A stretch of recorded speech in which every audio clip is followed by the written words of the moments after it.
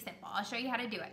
I started with 2 cups of half and half in a small saucepan, and I just brought it to a boil, and then I'm gonna allow it to simmer, and I added to it 1/4 cup of pumpkin puree. So just 1/4 cup, add it in there, and then 1 teaspoon of cinnamon and a ½ teaspoon of pumpkin pie spice. Then I also am going to add, for the sweetness component, some low sugar maple syrup. And this is my favorite brand. I get it on Amazon. It is very inexpensive, and it's sweetened with monk fruit sweetener. So it is sweetened with a fruit, so it's naturally sweetened, and it only has 21 calories for 2 tablespoons. So that's why it is my favorite. It's low glycemic. You definitely can use real maple syrup, and I do use real maple syrup all the time, but it is not a low glycemic index sweetener. So depending on what you like to use whatever sweetener you like to use. I used a 1/4 cup of this maple syrup in this coffee creamer. And like I said, I brought the half and half to a boil, and then I just brought it over a simmer, and then I'm going to stir in whisk in my pumpkin, my spices, and my maple syrup.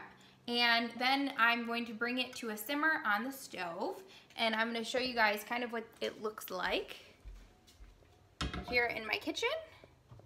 And so I have this over a low simmer now, and I'm going to whisk it up. And as I'm whisking it, it's going to thicken. And I just am going to whisk it for about 3 to 5 minutes. And it's going to get nice and creamy. And it literally takes about 2 to 3 minutes of whisking. And that's it. And you'll see it's kind of thickening up there. And I've already had, like I said, a ton of you guys tell me this is amazing, this recipe is so good. So give it a try, even if you've never made your own coffee creamer before. This was honestly one of the hardest ingredients for me to give up, was coffee creamer, when I started living a clean eating lifestyle. I used the sugar-free creamers all the time, and I just had a really hard time giving them up. But I will tell you that this is so much better tasting, and it's so much better for you as well. And then I just added it to my coffee here, and you can see how rich and creamy it looks.